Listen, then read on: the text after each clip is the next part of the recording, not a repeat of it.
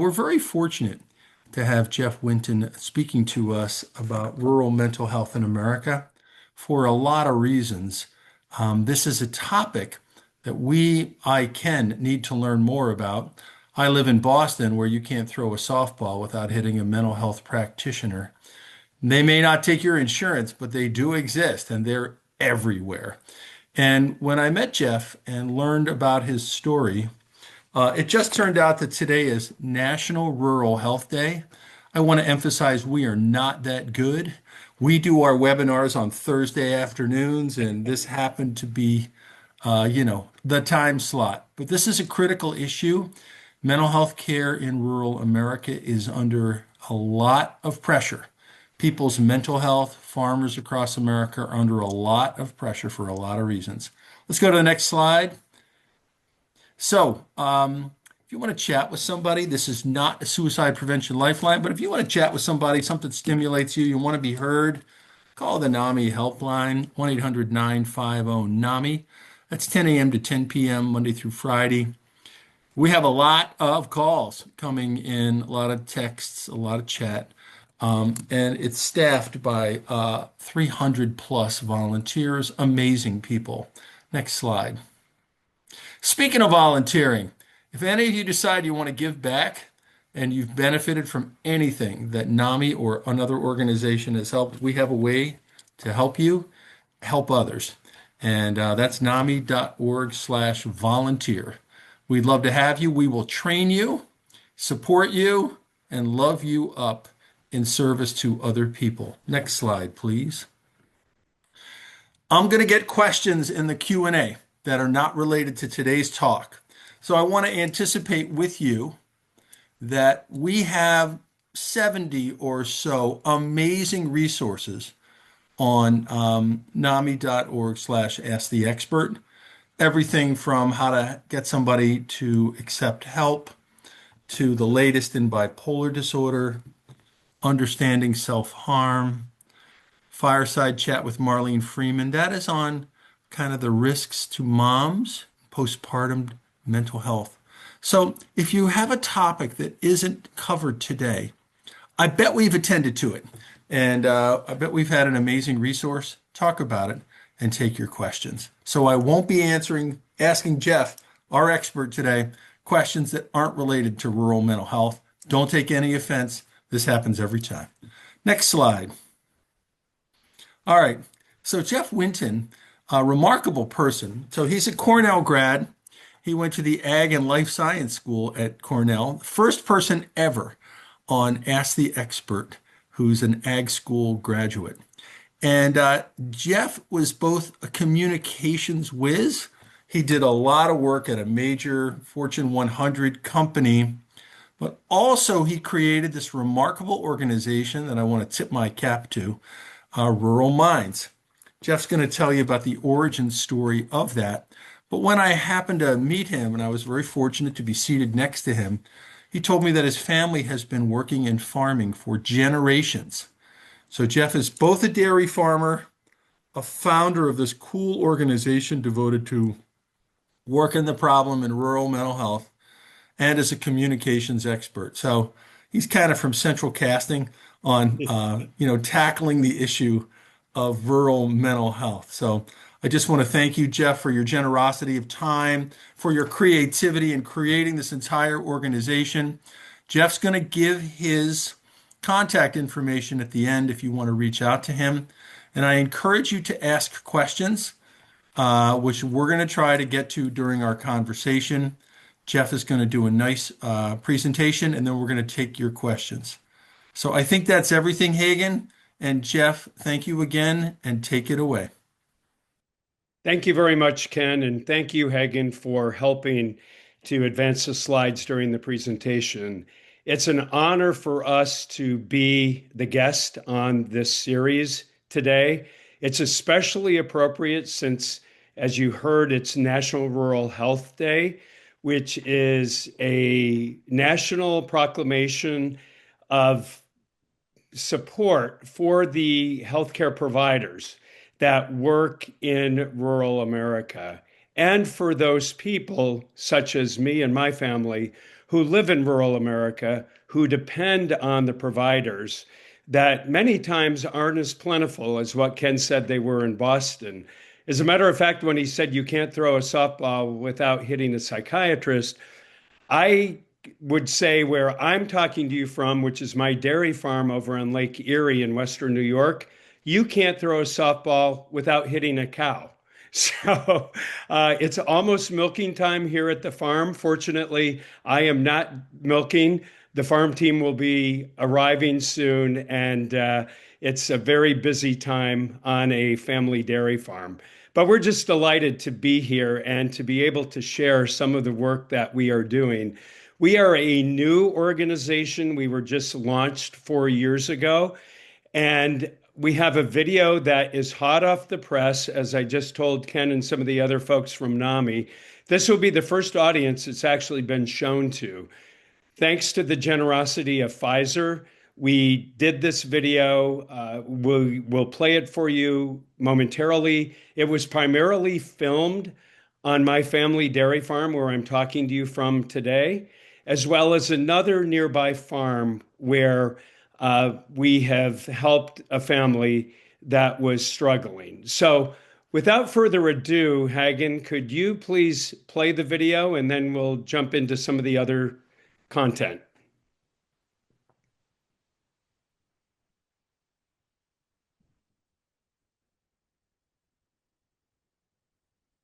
My name is Jeff Winton, and I am the founder and the chairman of Rural Minds.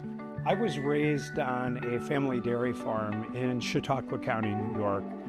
I'm from a long line of dairy farmers. My father was a dairy farmer, my grandfather was a dairy farmer. Life on a farm is one filled with extreme blessings, things that I'm incredibly grateful for, but there are also hardships. Many people that don't live on a farm think of the beauty and the bucolic nature of a farm, and they romanticize what it would be like to live on a farm. But underneath that facade, in many cases, there are struggles and there are hardships. You're taught from a very young age to be independent, to pull yourself up by your bootstraps, to be self-sufficient, and not to talk about your issues. And certainly mental health is one of those things. Rural Minds is a result of a family tragedy that happened in my farming family. My nephew, Brooks, who worked on the family dairy farm, by all measures, he was the life of the party. He was a very happy, very gregarious young man who had friends from all walks of life. One day, as I was leaving the wedding reception for his brother, Brooks gave me a big hug and said, "Uncle Jeff, thank you so much for everything you've done for my family." And I didn't think anything of it because he was a very grateful, very appreciative young man. 2 days later, I happened to be driving past Brooks's house, and I saw police cars, I saw an ambulance, and I knew something terrible had happened. I jumped out of my truck, went running down the driveway, and the woman across the street grabbed me with tears coming down her face and said, "Jeff, don't go any further. I just found Brooks in the backyard of his house, and I think he's dead." And at that point, the world stopped. The coroner came, and his cause of death was death by suicide. He was the absolute last person that we would have ever expected who would have taken his own life. Clearly, he was suffering in silence.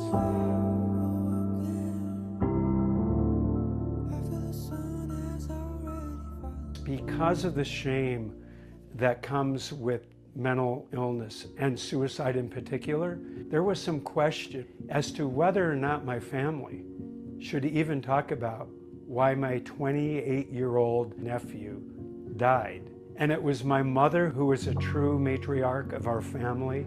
Tears coming down her face, she said, "Pastor, this is going to stop with my family. We are going to not only talk about it, we are going to start at Brooks's funeral, which was 2 days later." After that funeral was over, we had other farm families lined up to tell us their story.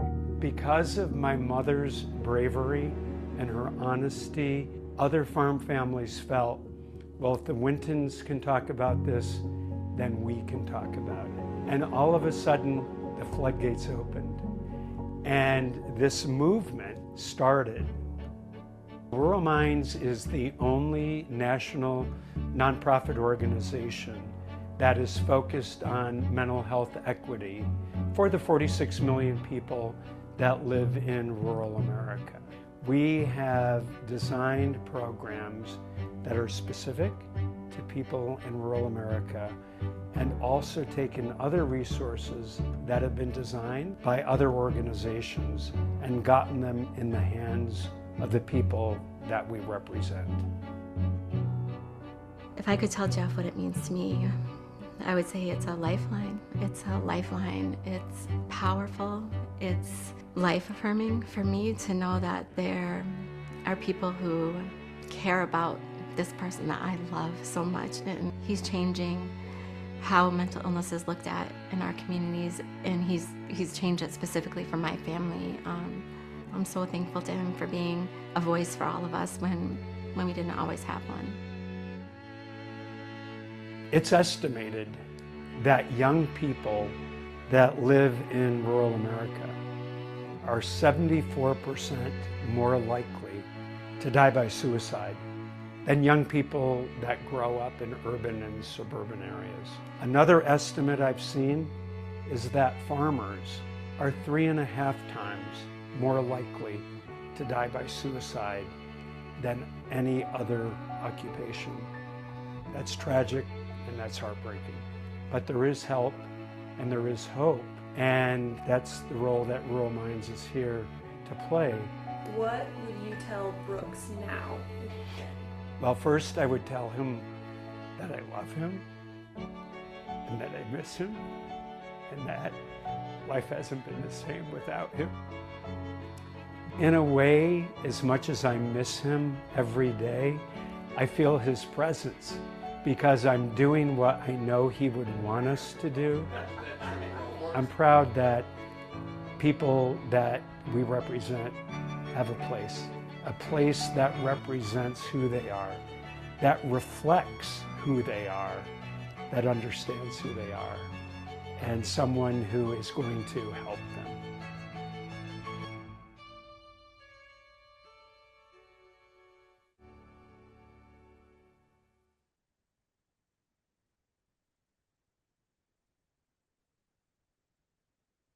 Thank you, Hagen.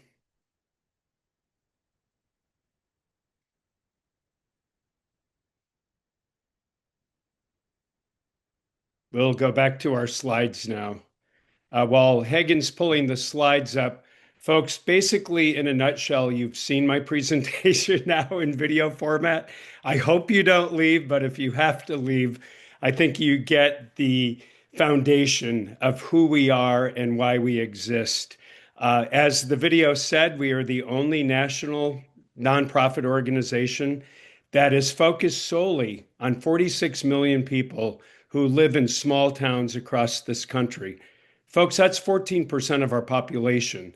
And many times people in rural America, like my family, are hidden. They're working very hard in occupations like farming, like fishing, like lumber, like mining. And they don't always have the opportunity or the ability to advocate for themselves or to talk about what's happening in rural America.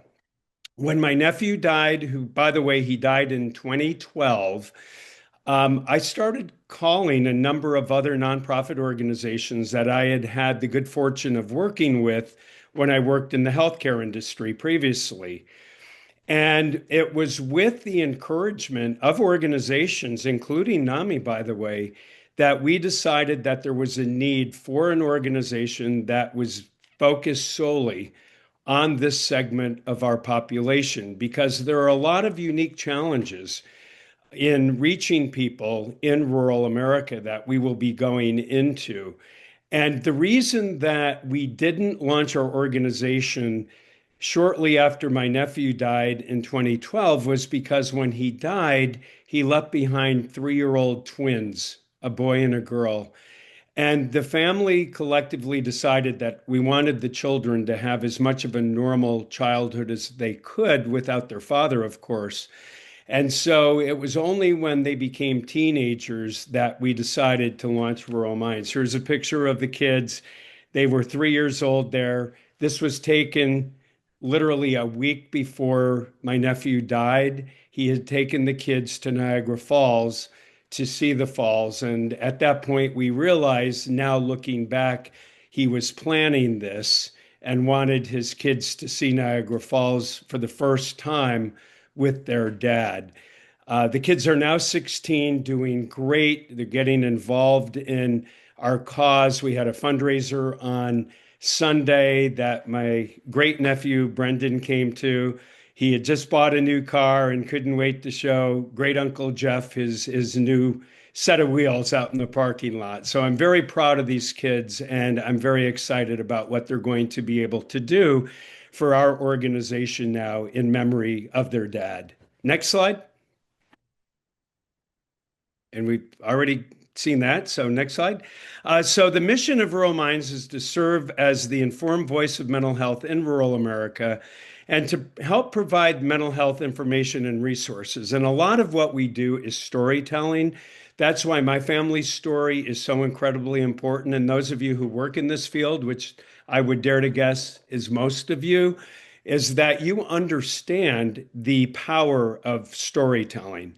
As the video said, when my nephew died, we told the story as much as we knew during his funeral. And we did have a few things that we started to put together based on a note he left behind when he died for when his children were old enough to understand this. That was really the basis for the talk that I gave at his funeral that really did start this movement, thanks to the bravery of my mom. And we're really focused on hoping that one day in rural America, there's no more silence, suffering, or stigma. As you know, because you work in this field, mental illness and substance use disorder is highly stigmatized no matter where you are. But that certainly is the case in rural America, where we are taught not to talk about our problems from the time we are little. We are taught that we should be able to overcome anything that confronts us, and we are taught that we should be able to pull ourselves up by our bootstraps because of our independence that's inherent in farming life and other occupations in rural America. And as you all know, being in the field, this is not the case. This is an illness, just like cancer is, just like cardiovascular disease, just like diabetes. And we have to start treating it as such in rural America. And as I give talks such as this, as I travel around this country, because we are national in scope, even though we're based here at my farm in upstate New York, that is one of the premises of the work we're doing. And what I talk to people about is we have to start looking at this as an illness, and an illness in many cases that has genetic predisposition, which comes as a surprise to many of the people that we encounter. Next slide. This is a staggering statistic that many of you may have seen, but suicide rates in rural America are nearly 50% higher than they are in large urban areas. As the video said, farmers are 3.5 times more likely to die by suicide. And that rate, I fear, is going to grow now due to many things that are happening in this country that I will get to that have an impact. Young people are 74% more likely to die by suicide than their urban counterparts. And we have a new youth program that we're excited about that we'll touch upon here very soon. And the suicide rates among young people is growing much faster than it is among their urban and suburban peers. So obviously, this is a very troubling runaway train that we are trying to slow down and eventually stop. Next slide. So these are some statistics, and I'm not going to dwell on a lot of the stats that I have here today because you can find them on our website, which is ruralminds.org. And at the end of the talk, I'll show our contact information. But nearly 3/4 of rural counties lack a psychiatrist. We have a lack of healthcare in general in rural areas, but certainly when it comes to mental health workers, we have a true paucity of healthcare workers that are available for people such as my family here in rural New York. This is a statistic that I think many people find very troubling, is that nearly 30% of rural American families have no broadband, have no internet. And it's not because they can't afford it, it's because it just isn't available. I have it obviously here at my house because I'm using it right now, but my farm manager who lives on the farm just down the road where he raised his family, he's been with us for 20 years.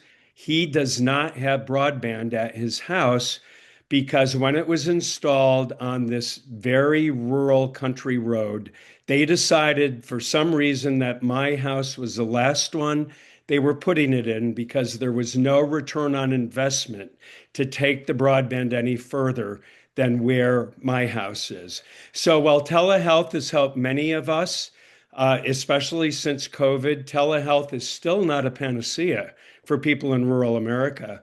I was in downstate Illinois recently doing a veterans program, and believe it or not, in this small town in downstate Illinois, they don't even have cell service there. So things that the rest of us take for granted, that's just part of our daily existence, don't necessarily exist in many of the rural areas across this country. Next slide.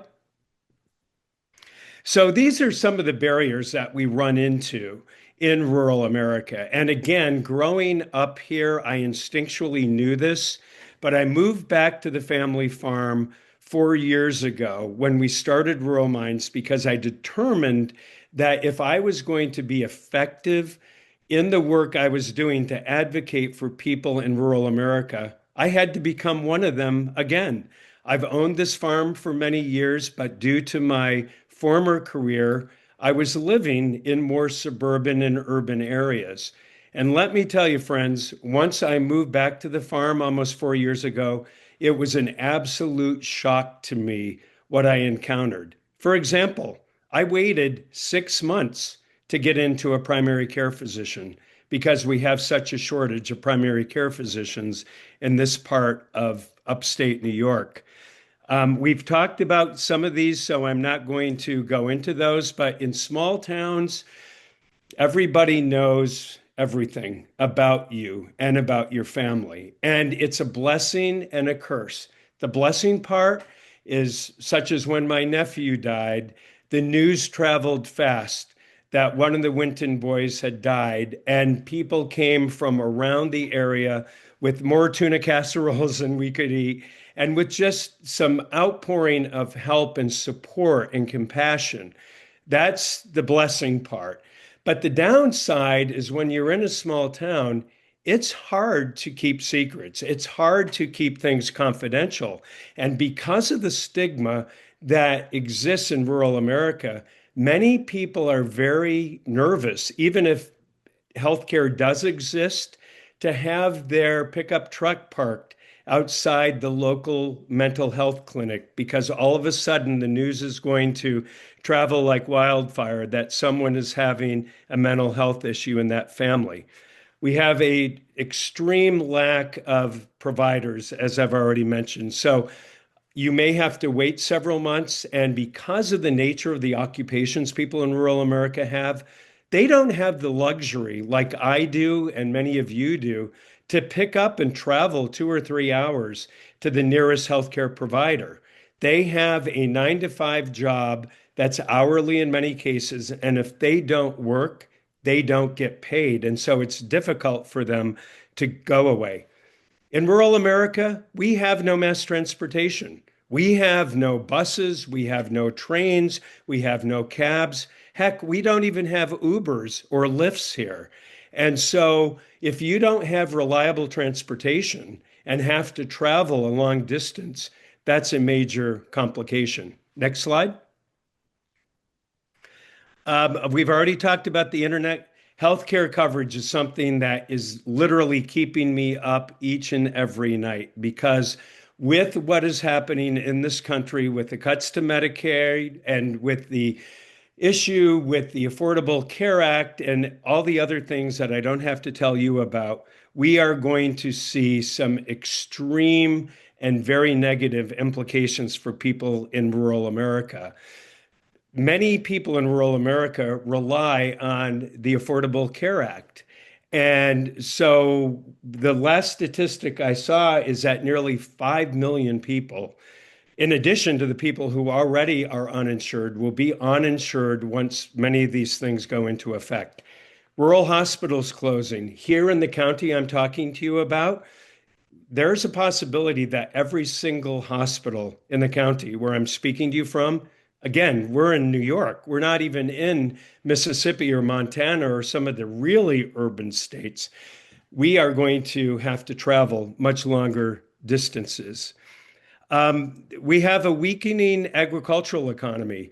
And one thing that many of you are aware of is due to the trade wars we're having with countries like China right now, many of the farmers that we advocate for have no markets for their products.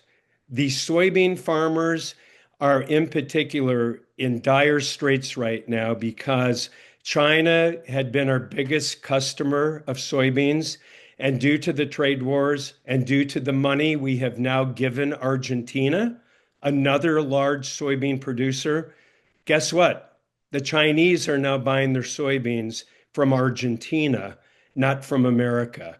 Now, supposedly they're going to start buying a few here and there, but we will never recover those markets. And that is a tremendous pressure and a tremendous stress on the people that raise our food. We also now, as you may be aware, have a concern about the beef market. Our administration is saying we're going to start importing beef also from Argentina. Again, a country we gave $40 billion to. And that is of great concern to the beef producers here in the United States that we support. Immigration. Many of you may not be aware that we rely on immigrant workers on farms and the agricultural community in this country. Over half of the workers that work in agriculture currently are undocumented workers. And in the last 4 months, we have lost 155,000 workers for our farms that were already struggling due to the fact that no one wants to work on a farm. It's very hard work. It's a 24-hour, 7-day proposition. And in all due respect to my fellow Americans, many Americans don't want to work the hours that you have to put in, but many of the foreign guest workers will gladly come here. But now, even the ones that are documented are extremely concerned and they are leaving. So we're getting to a point where we have no one to milk our cows, we have no one to pick our citrus, we have no one to feed our beef cattle, we have no one to take care of the livestock and the crops that all of you rely on. I would assume by now, at this point in the day, you have all had something to eat. And the chances are pretty good that the food you had to eat was produced here in the United States by an American farmer. I would suspect and I would hope that most of you are wearing clothing right now. Those clothes that you are wearing, in many cases, are made from the fiber that our American farmers are raising. So, guess what? If we can't find the help to raise the food here in this country ourselves, we are going to be buying food and we are going to be buying clothing from Argentina, from China, from Brazil, from other markets. So, this is a tremendous source of stress currently, and something that personally and our organization is spending a great amount of time on. Next slide. So I won't go through a lot of this because, again, you can find these in our on our website, as well as you'll have access to this presentation after it's over. And I want to make sure we have plenty of time for Q&A, but only 12% of physicians practice in rural communities, even though 46 million people live here. Hence the reason I had to wait 6 months to get into a primary care physician. So if primary care physicians are at such a shortage, you can imagine what kind of a shortage we face when it comes to mental health providers. So we are hoping that many young people going into college to become our healthcare providers of the future will choose psychiatry and other forms of mental health, but we are working now diligently to ensure that young people through our youth program that we'll be talking about understand that there is a great need, and hoping that people will choose this as they look at what profession they are going to pursue. One statistic, again, that I continue to be amazed at, the last one, is 61% of the areas that are deemed health professional shortage areas by the federal government are located in rural areas.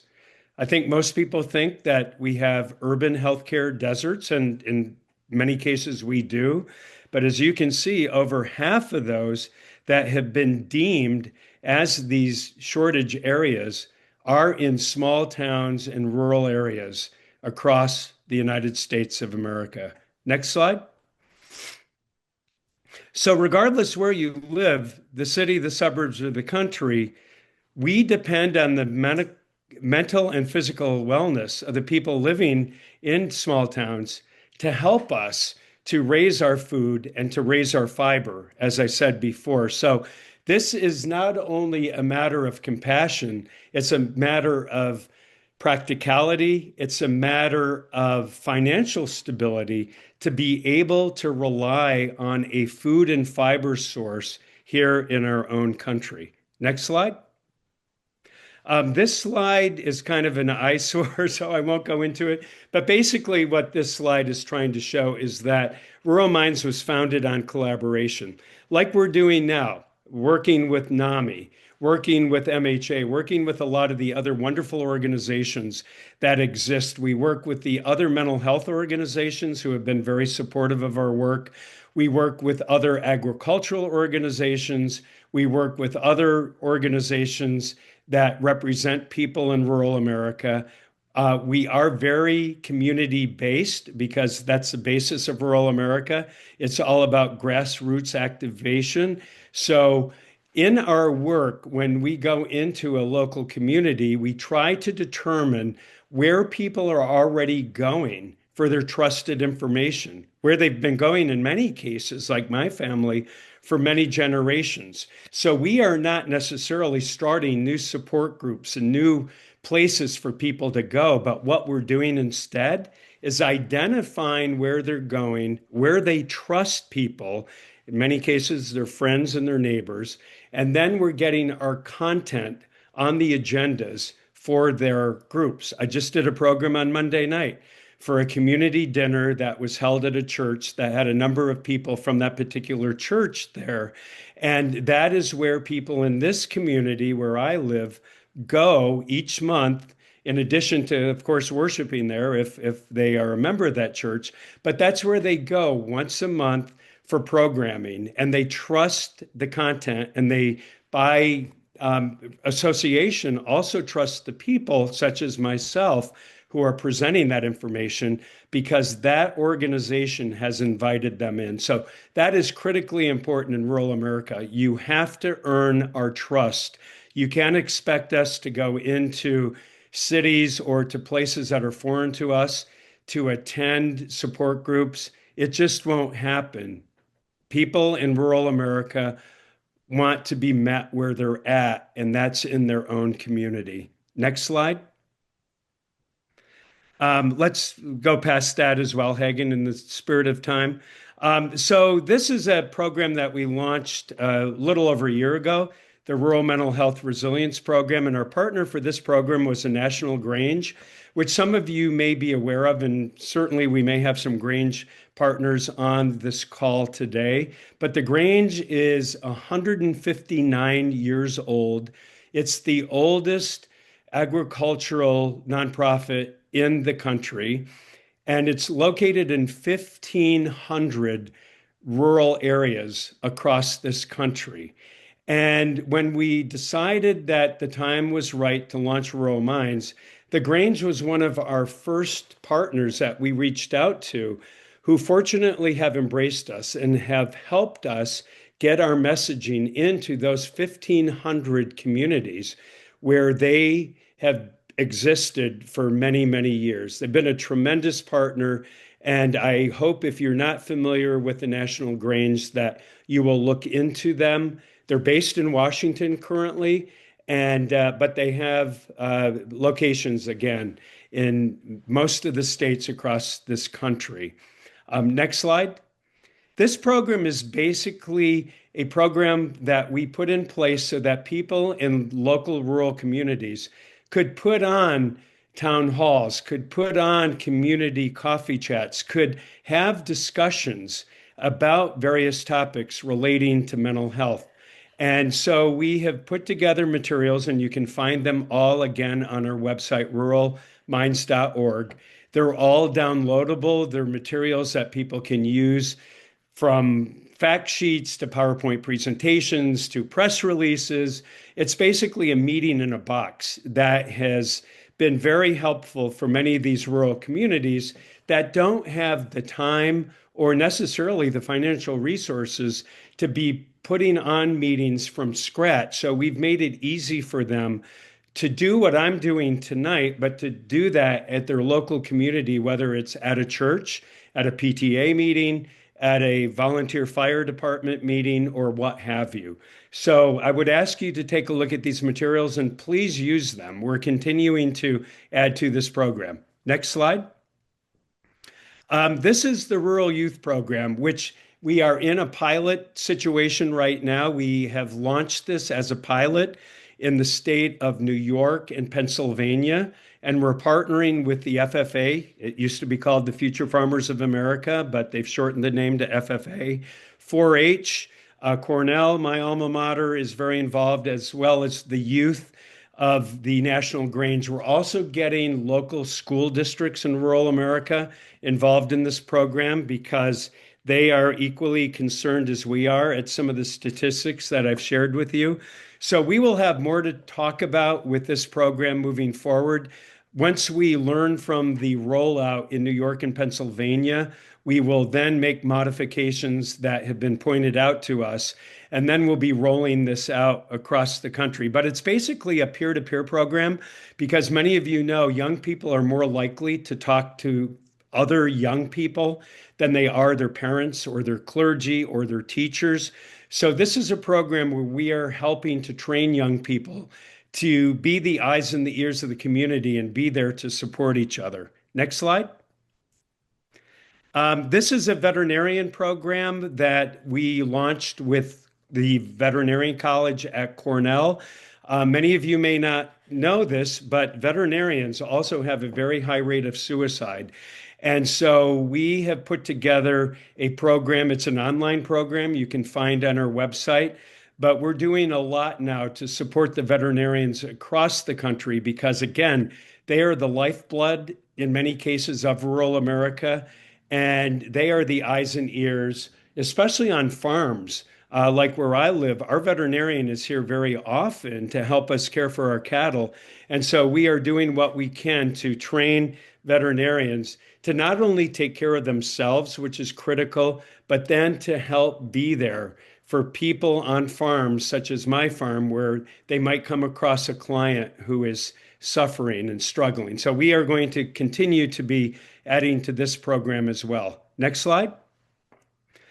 We have a number of webinars that we do. We have one coming up on December 4th that I'd like to invite you all to. The topic is alcohol use disorder among rural women. It's a huge problem we have. We have a thought leader from the Mayo Clinic and a woman who is going to be on the call telling her story about her journey. And so, again, these are free. These are just some of the people that have been on our webinars in the past. You can go to our website and listen to past recordings. But again, we would highly recommend you join us. It's by pre-registration, just like this one was. And you'll find the link on our homepage, along with our video that I just shared. That's also on our homepage. So if any of you would like to use that in any of your work locally, we would be honored and humbled if you choose to do that. We also have a newsletter that our team works very hard on that I'd ask you to please sign up for. And we're also very active on social media on most of the platforms that you're all accessing. So we would ask you to also follow us as we continue to fight this fight here in rural America. Next slide. This is the newsletter I spoke about, and then our progress report that we did. You can find this. It's kind of an annual report, if you will. And we'll be putting out another one here in the very near future. Next slide. We're doing more and more in Washington, as you can imagine. I have been in Washington 2 weeks out of the last month and am having many very meaningful conversations with lawmakers. Now that people are going back to work, hopefully I'll have even more.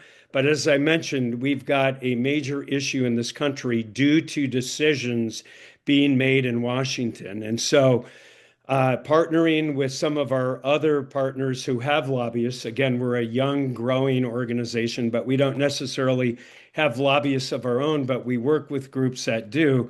And so my role as the chairman, and Chuck Strand, our executive director, who's on with us tonight, who does an incredible job, we are meeting with those insiders in Washington, along with our director of policy, Don Hannaford, to ensure that people don't forget about the 46 million people, including the farmers that are being exponentially impacted currently. Next slide. We do a lot of media outreach. This is just a smattering of some of our more recent media. You'll see some publications here that you recognize, such as the Washington Post. We just had a letter to the editor published there. We've been on the BBC 3 times in the last month. We've been in USA Today. Some of these other publications I'm sure you may not have ever heard of, but they are the cornerstone of rural America. And so our work is twofold. We're getting our story out to mass media, the media that all of you, I'm sure, follows.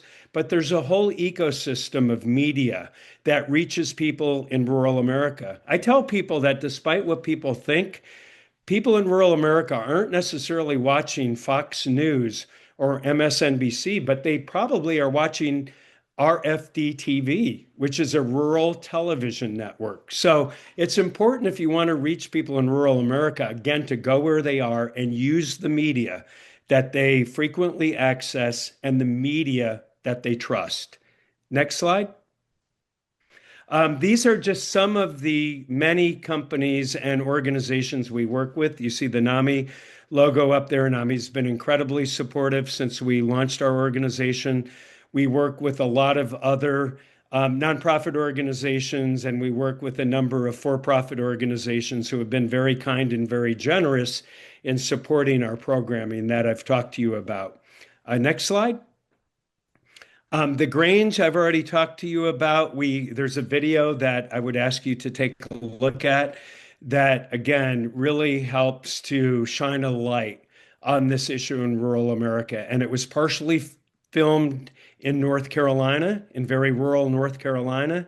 And it was partially filmed here at my farm in upstate New York. But it's the story of a young woman who's been very instrumental in our work reaching young people in rural America. She's part of this pilot I just spoke to you about, and an incredible human being that is going to go on to do wonderful things. But it is a reflection of her story and her family's story. Next slide. The Cornell, we're doing a lot of work with Cornell. I mentioned the veterinary program, but Cornell is doing more and more to support the agricultural community here in New York State. And so you'll see a lot of the programming that we've done that's on our website in conjunction with Cornell, the land grant university. Next slide. FarmNet, I won't go into detail, but this is a New York-based program that provides free financial and mental health support for anyone involved in agriculture. And if any of you have any interest in this, I would recommend you contact me or contact us through Rural Minds or FarmNet, and we can tell you more about it. And I won't go into detail because it's solely a New York program, but we're hoping that this will be expanded to other states here in the future. Other states, including South Dakota, are already looking at this. Next slide. And here we are. And I think I might have run a couple minutes over, but we still have plenty of time for Q&A. This is our contact. Again, going to ruralminds.org. I also want to give you my direct email address. And my associate, Kim, who's on here with me, does a tremendous job ensuring that I see emails because of the number I get. But if anyone wants to contact me directly, you can send me an email at Jeff, Jeff, at ruralminds.org. And I promise you, I will respond. And again, you can reach us through our website. So with that, again, I'd like to thank NAMI. I'd like to thank Dr. Duckworth and the rest of the good people at NAMI for inviting us to be here. Hopefully, I've planted some seeds, no pun intended, of what we're facing in rural America. And I'd ask you to help us in joining our work to advocate for the 46 million people that we represent. Thank you very much. Well, Jeff, thank you. Powerful, compelling, and sobering talk, right? There's a lot of hard information here. I want to emphasize many people said, I'd like to invite you to NAMI's Lunch and Learn. How can I partner with you? How can I help you? So I'm going to ask you just to repeat your email because a lot of the interactions among the 400 people who attended this webinar are going to be ways that they can connect. There's a rural NAMI group. They want to be part of this. There's a person who's interested in queer mental health. How can I help with this? Yep. So I want to emphasize, so it's Jeff at ruralminds.org. Right. And Fantastic. you can also go to our website, which again is ruralminds.org, and that will also put you in touch with someone who monitors our website each and every day. And I am fine with even giving you my phone number. That's how critical our work is. I'm going to give you this number. It's 908 872 2682. If anyone wants to call me or text me, I would highly recommend you do so because we need all of you. We are a small organization representing a tremendous piece of this population, and I would welcome opportunities to come and speak to your organizations and to enlist your help in fighting this fight that we're up against right now. So thank you. I just want to say I developed Ask the Expert in about 2007. We didn't have a webinar series. It was a phone call. We had 1,000 people on with Marshall Linehan. People are doing their dishes. Dogs are barking. It was very NAMI. And I just want to say, Jeff, you are the first person in Ask the Expert history, 20 years, where I just made up the idea that the smartest people should be a resource to the NAMI community and anybody else who wants to join. You're the first person to give their phone number out. So this is Well, a moment in the history of Ask the Expert. It says a lot about you, Jeff, that you are willing to lend your phone number. So I just want to say, I mean, this is an extraordinary offer from a very devoted person who has a lot to offer. It's all about partnerships, right? yes. And the people, the 400 people who've joined this call, are interested in helping in one way or another. So I just want to acknowledge that. Never seen that before. One of a kind. Amazing. So let's go to a couple of the questions. Let's talk about the Native American indigenous population. What have you learned in that? If anybody is interested in that, they can contact Jeff and share, a vision for how to work the problem. But have you done any work with that population? Have you learned anything from that work? We have not, in all honesty. And again, please keep in mind that we are only 4 years old. And so we have had to be very deliberate with the very small team we have and limited resources in what we've tackled. And because my background is in agriculture and farming, and that's my nephew's story, whom this organization was founded for. We started with the farming community, and about the time a year ago that we were planning on branching into some of these other areas is when this farm crisis hit, when all of Mm, these decisions were being made in Washington that are destroying the fabric of rural America. And mm, so we have been very, very focused on helping the agricultural community. That doesn't mean that the indigenous people are any less important. I am talking to you in an area where we have lots of indigenous people. I'm talking to mm, you in an area where we have lots of Amish people. And the Amish have a very high incidence of mental illness, as some of you may know. So we have many other subsets of the rural population that we will be addressing moving forward. What I would say humbly is that we have a lot to learn about the right. indigenous people. We have a lot to learn about veterans. And so, Mhm, if any of the people that are on this call have a heart for those particular populations, please, by all means, reach out to us and help us know more and learn more about the unique characteristics. The one thing, Ken, that I would say is I think many people look at rural America as being very homogenous, and it's anything but that. We have a lot of diversity in rural America. I've already talked about the fact that we have a lot of foreign guest workers who, many cases, tend to be from South America.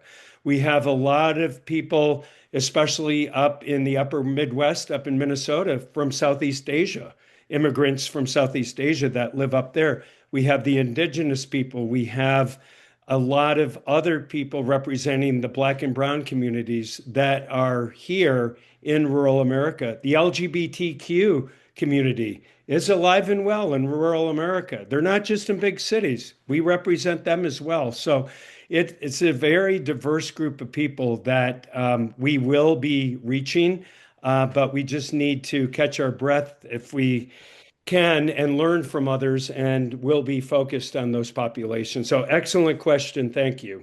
yeah.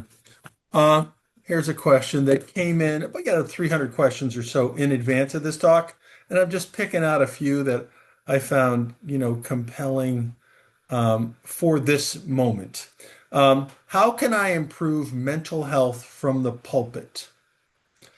So this is a person in the faith community, Yep. and the faith community can be important to some Yep. subset of the people in rural America. So what do you think about that? What are your thoughts about that? Well, I'm going to give you an anecdotal story because I think it illustrates what can and should be done. So, the church that I belong to here in rural America has a brand new pastor who, the former pastor, had a heart for mental health and was very supportive of what we were doing with Rural Minds, knowing that we were based here, even though we're national in scope.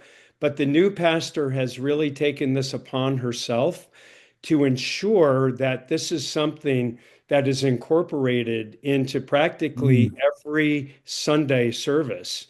And we routinely have a lot of clergy people, whether they're Christian pastors or rabbis or the Universalist Church has been very, very involved in our work, who are incorporating a lot of these messages of hope and help, knowing that many of their congregants, many of their parishioners are suffering. So it's a matter of just being as honest and as caring as possible and ensuring that it's not a topic that we stay away from because we think we're going to Hmm. alienate people. I've seen in my own church over the last year, it's quite the opposite. And as a result, many other people in the church have gotten involved in our work because it starts at the top. The pastor set the tone, said, this is something that we're all struggling with in this rural area. You need to be part of the solution. And guess what? When people become part of the solution, we then learn their stories because there's hardly anyone that we encounter that hasn't been touched somehow by mental illness, suicide ideation, or substance Yeah. use disorder. And So this is basically about leadership from the pulpit yep, and engaging the audience, the congregation, in a community of conversation. absolutely. That's It's the linchpin It's to a it. safe place. People already are going there because they feel safe and they feel heard. So, what better place than a community of faith to have these very heartfelt conversations? We had a person send in a question in advance from rural California. So a good ways away from you, Jeff, but I suspect you've run across this problem. This is, distrust of science and, kind of academic findings. And I wanted to know if you had any perspective on that. Let's just stipulate this is not unique to Northern California. Uh, Let's just develop that a little bit. Have you seen it? What has helped with it? If anything, do you get into acceptance about it? Like, how have you found that issue? Absolutely. Well, first of all, whoever submitted that question, if you'd like to know more about what we're doing in Northern California, again, please reach out because Mm, California Grange, the group I talked to before, is doing a lot in this area, mm, especially in Northern California. So we have some resources we can provide to you. I have the benefit, as you heard at the beginning during my introduction, of having worked in the healthcare industry, in the pharmaceutical industry in particular, for 40 plus years. So I have a good understanding and appreciation for science and the role that science plays. So, in my own work, when I go out and have conversations, I speak about science. I use science and I use facts to illustrate what we are up against. Again, we are a nonprofit organization that is nonpartisan. So I always walk that line, but I always ensure that regardless what the topic is, that we're using science and we're using facts to demonstrate this issue. As I mentioned before, as most of you know, there is a genetic predisposition to a great deal of what we're talking about. mm. And even though we know that, people that we represent and people that we speak to in rural areas have never really stopped to think about, oh, yeah, that's right. Aunt Millie had this issue, and, my cousin Johnny had this issue. Just like with the other physical illnesses we talk about, people need to understand, again, the science and the genetics that this is something that they need to be vigilant about. So we're starting, as they say, with low-hanging fruit in many cases, starting to talk about things that maybe more urban audiences already know. But again, it's a matter of meeting people where they're at and ensuring that we're laying that foundation so that we could build upon it. Before we start with this question, I want to let people know that NAMI's working on the AI chatbot problem. This is a technology solution in quotation marks for the shortage of practitioners. We're going to be discussing that on our December 11th Ask the Expert at a different time. because our speaker attends to his toddler every afternoon after school. So that'll be very unusual, one of a kind. But this is a related question. So, we're going to set aside bots and technology solutions in quotation marks for access to mental health. This question I thought kind of knocked my socks off. Amazon sent me an email and wants to be my primary care doctor. What do you think of that in rural healthcare? Now, do you have an opinion about that? What do I, you I think have about that? I have a very strong opinion about it. Quite honestly, I mean, we look for help wherever we can get it, but Yeah, people in rural America are suspicious, and you've got to earn their trust. yeah, And I've had a number of people, even if they have access to broadband and the internet, saying, I am not going to go to a session with a mental health provider on Zoom because I've not met them. I've not shaken their hand. I don't know who else is in the room. Interestingly enough, conversely, just Monday when I spoke at this meeting, I had a psychiatrist in the audience that's retired now.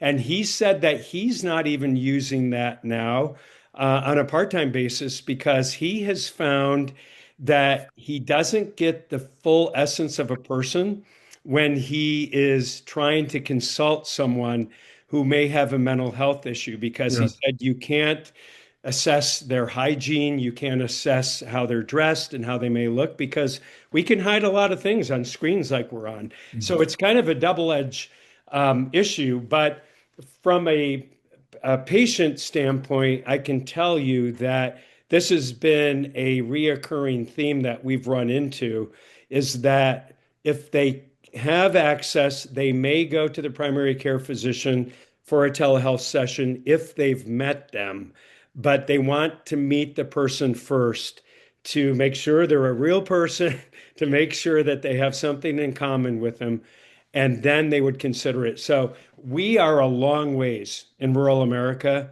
to having somebody like Amazon providing our Got it. healthcare. Yeah. So, like AI chatbots, it's kind of capitalism first, Yep. and trying to fill in for a lot of blanks.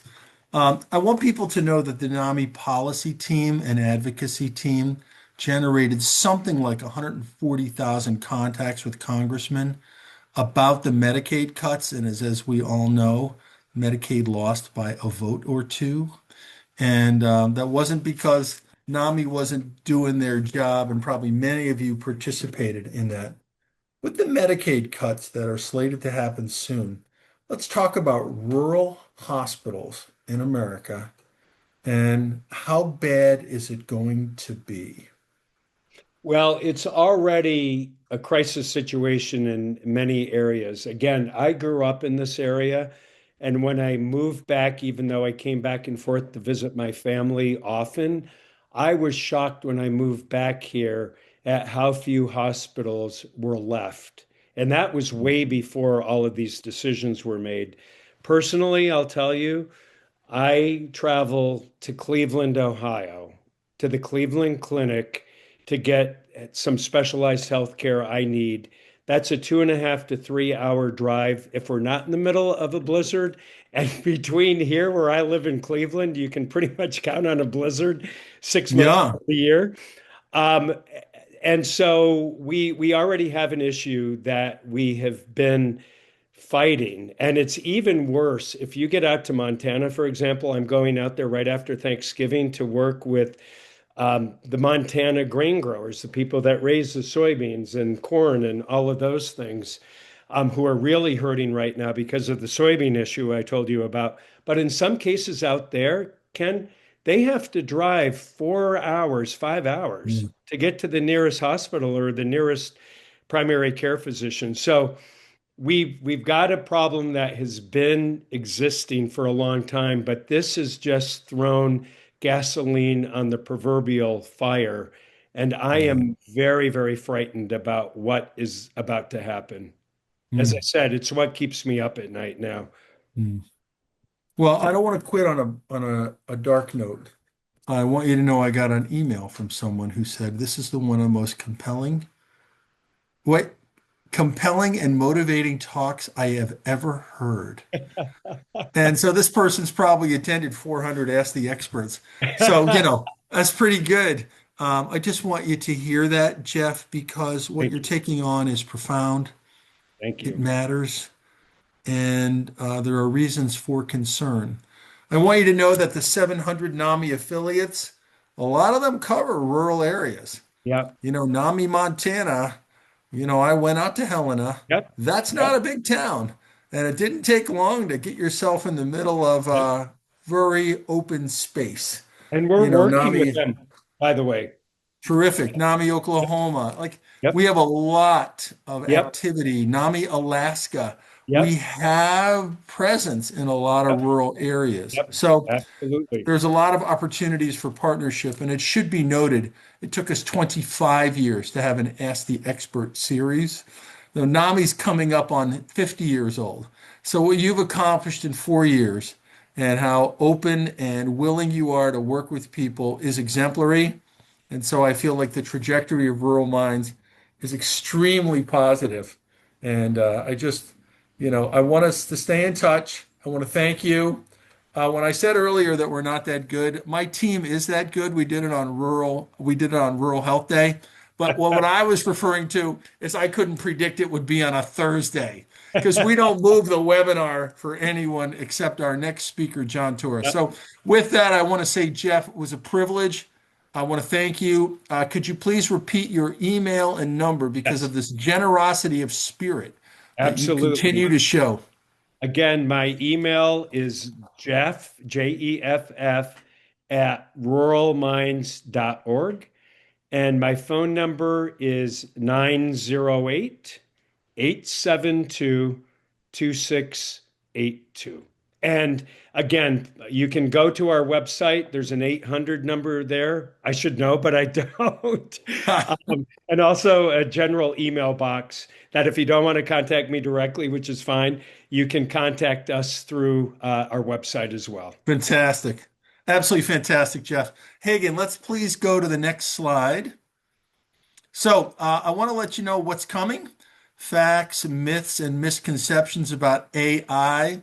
Dr. John Torres is the king of informatics at the Beth Israel Deaconess Hospital in Boston and is really the national leader on thinking about the risks and benefits around AI and mental health chatbots. That's going to be at a different time because of his toddler focus, which I think is exemplary. So it's in the earlier afternoon that day. So for many of you who will join us, it will not be at 4 o'clock. We're going to have a panel on Thursday, January 29th, caregiver roles in recovery. This is a topic near and dear to many of us. We'll be hearing from siblings, parents, children of, and it's going to be a conversation about caregiving. Next slide, please, Hagen. We have NAMI has books. This is the Shameless Commerce Division. All the royalties from our books go to NAMI. Our first book was written by yours truly, and I interviewed 130 real people who used their names, some of them from rural America, some of them from urban America, and I asked them what helped them. Apparently, this was fairly radical because nobody had done that before. So that book is available wherever books are sold. Our friends at Amazon are selling it for about 15 bucks, 14 bucks these days. The NAMI's second book for parents and caregivers is again interviews with real people who use their names to say what had helped them. So this is a conversation with teachers and other caregivers. The book is done well. We like it. Keep going. Operators are standing by to take your order. All right. Next slide, Hagen. You are not alone. This is an informational webinar. We don't provide medical advice. We're good, but we're not that good. If you're moved to donate to NAMI to support this free program, be fantastic. Next slide, please. My email is ken@nami.org. It's not as good as jeff@ruralminds.org, but if you have a specific question for me, I'll do my best. Ask the expert at nami.org is where you would send an idea for a webinar that you have not seen and want to see. All right, so fantastic. Let's go to the next slide, please. I want to thank everybody for joining today. Jeff, I want to thank you and your vision for this entire endeavor. The generosity of spirit is quite compelling, and I could feel it.